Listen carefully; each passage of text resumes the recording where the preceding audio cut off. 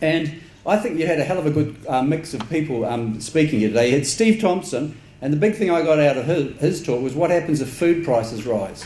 That's a real threat for sheep meat because people will buy the cheapest food. Rizvan talked to the end about, it was a bit of a ray of sunshine now. Suddenly he was talking about opportunities and new markets. But the thing I got from there was price was very important, and I had that reinforced by his colleague Ali, who came to the meeting with him, and also the importance of understanding your market. It's a market we're not used to. What are the attributes of that market? How does it fit with the TEXL? Natalie then talked about adding value in terms of meat attributes, and the work that she's been involved in New Zealand, where they were adding in those omega fats through both genetics and diet, was quite an exciting opportunity for some niche products that you could be looking at. Tim came and talked about some technologies. The big message I got from him was about keeping it simple. And some of the people I talked about afterwards said they liked this idea of just having that dollar or pound value. And so, again, he talked about understanding the market. Neil came in, McGowan said breed rams that your clients need and present them in the way they want. This is smart thinking. You're the person who knows the detail of the breeding. You're working with yourself, talking to other breeders, with society, where should we be going?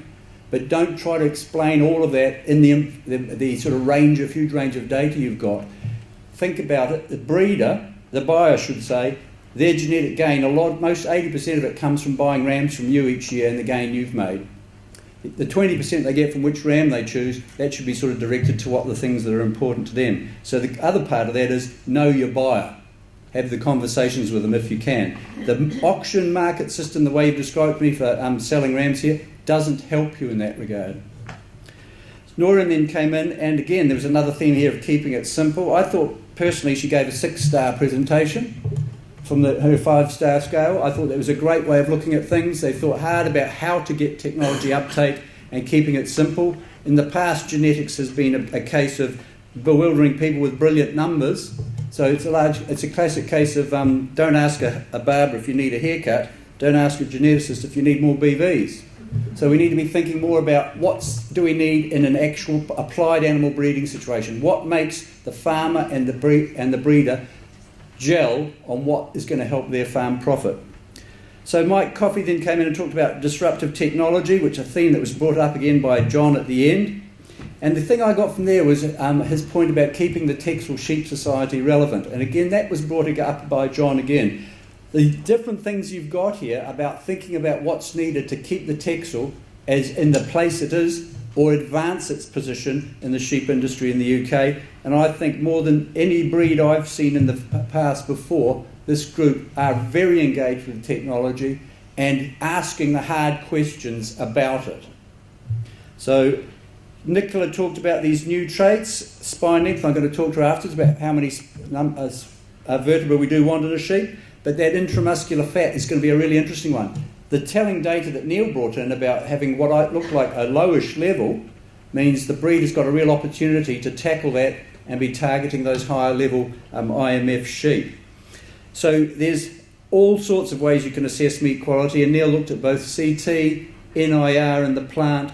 And it's interesting that you've got that link with ABP and the society. I think that's a real huge value, and that should be fostered and looked after, because working with the meat company for an animal that's characterised by superior meat characteristics has to be in your future sort of plans. We then got Carolina coming in and saying DNA has more dimensions of value than you might think. It's not just about DNA parentage. That's a hell of a good one, and I would advocate every breed in this room, the whole ram team they use each year should have their DNA tested and be compared to the previous ones if they're not already doing that. But she also talked about it in terms of things like flock connectedness and linkage and inbreeding. So there's some other dimensions where we can extract value from the tests that you're paying for there.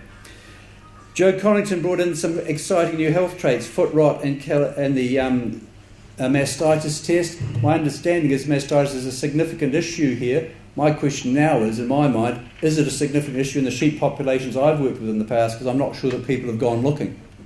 But you've got a very good tool in which to address that. So then we got to your society. Ed gave an excellent talk, I thought, about the challenges presented by and how you can best manage trying to build connectedness and structure that gives you a much more powerful analysis and much stronger comparisons of animals within the breed. And so I thought that showed a real case of good technology being applied well. And also, I think it's an excellent return on the investments made. Paul came in and said it's about, we've got these clever ways of pulling data together. It's not that it's going to be helping you, it's the services. So have your say about services, particularly things to do with how do I get this information quickly and easily when I want it, in the place I want it. Talk to him and others about, I want to get this data, it's just a hassle getting data from my scales to the computer, to the farm. Find out other ways of doing that. That's what the society want to hear from you of what's happening on your farm. We then went to John and bringing up that thing of disruption and then bringing out the manager. I think that was a very good point he made early on. With disruption and these challenges and the knowledge economy, all you do is you say, well, here are the issues. How are we going to manage that? Let's think logically. Which one are we going to tackle now? What's our priority? How much should we invest in this relative to the others? You need that sort of thinking to help lead the society forward. So the tools for breeders are a high priority. I was really pleased to see that. We can get carried away with our evaluations and our databases. The way we get greater usage is by making the tools easier. So I was really pleased that that was a common theme there too. I think you've had a hell of a good conference here. I feel privileged to be invited and take this position because I've learnt a lot and I'm excited for what lies ahead of you and the things you've got in front of you. So good luck for the future. And the good thing I really liked about John's talk, my interpretation of what he said in his talk was Brexit is just one challenge we're going to face. Let's not get carried about it. There's going to be others that come up all the time. It's about being able to manage them. And I think you're in a very good position. This is one of the best run breeding societies I've ever seen. And I think it's a credit to the people involved on the tables out in the room and the people you're employing to do that for you. Thank you very much.